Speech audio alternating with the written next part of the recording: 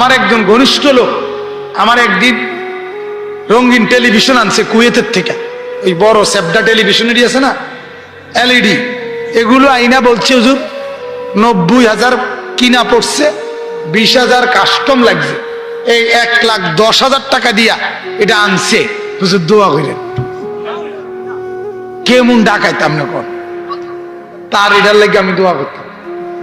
এই 1,10,000 কি দোয়াটা করেন, দোয়াটা কি করতাম যে আল্লাহ তার এটার উপরে যেন ঠাডা ভরে, ঠিক না?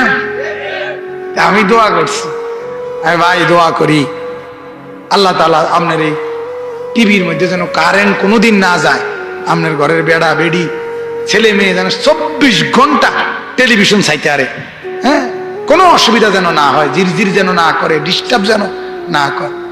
এইবারে হে রাগ হয়েছেন কেন, এটি কোন হে বুঝছে, আপনি কি রাগ হয়েছেন হুজুর? আমাকে না, তো আপনি কইছেন দোয়া করতাম, আমি কিটা কইতাম, আপনি বলেন আমি কি বলতাম?